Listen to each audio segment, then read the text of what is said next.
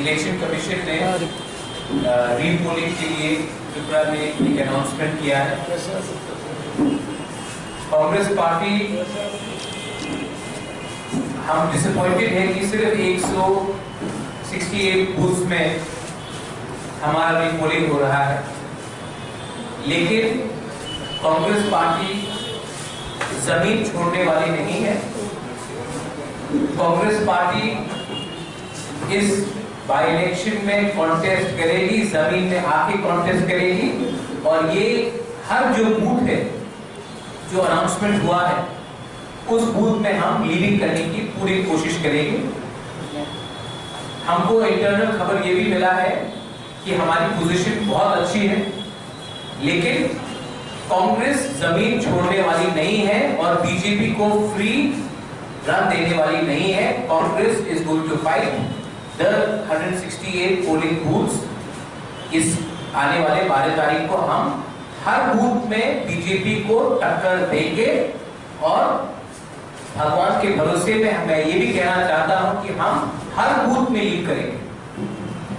इसको छोड़ के कल ही Congress party separately Supreme Court में एक स्पेसिफिक पिटिशन फाइल कर रही है। आपको मालूम होगा कि ये मीडिया में भी सबको मालूम होगा कि there was a letter from the RO जिसमें उन्होंने कहा था कि 433 बूथ, ये कांग्रेस का दावा नहीं है, ये सीपीएम का दावा नहीं था, ये आरओ, उनका खुद का आरओ का दावा था कि 433 बूथ्स में इलेक्शन हैज बीन विशिएटेड। प्लीज आप मेरा जो मैं शब्द इस्तेमाल कर रहा हूं उसका शब्द का लीगल मतलब समझिए। विशिएटेड, 433 बूथ्स में इलेक्शन विशिएटेड हुआ था। कांग्रेस पार्टी सुप्रीम कोर्ट में स्पेसिफिकली इस भाषा का लेकर हम जाएंगे, और हम सुप्रीम कोर्ट से पूछेंगे कि जब आरओ ने और सीईओ का जो पूरा रिपोर्ट गया है, उन्होंने कहा था 433, तो आप 168 में कैसे आए?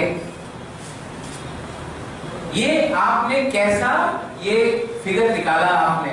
तो इस विषय में हम स्पेसिफिकली सुप्रीम कोर्ट में कल जाकर इस केस का हम इसको फर्दर ले जाएंगे। लेकिन 12 तारीख को जो 168 बूथ पे जो इलेक्शन होगा, कांग्रेस अपना जमीन छोड़ेगी नहीं और बीजेपी को आराम से जीतने नहीं देंगे। हम हर 168 बूथ पे लड़ेंगे और बीजेपी को वहां पे उनसे लीड करेंगे।